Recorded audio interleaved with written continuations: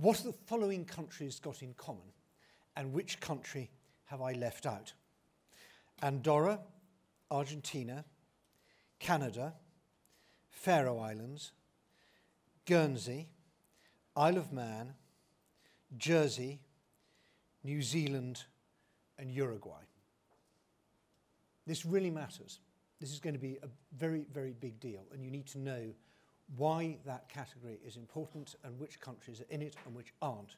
And I left out one country. You're right, these are countries which are deemed adequate.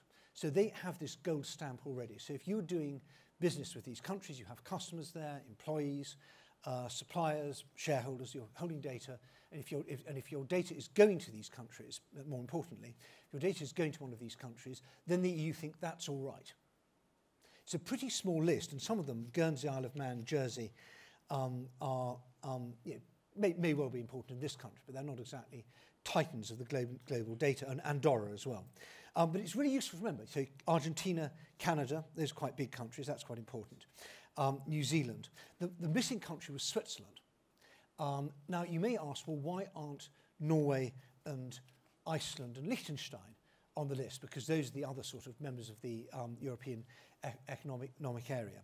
Well, the answer is that they are counted. This is a list of countries that are not in the European Economic Area, which are regarded as safe.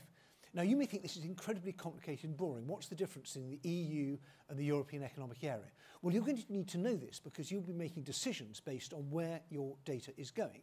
Do you have a partner? Do you have a processor?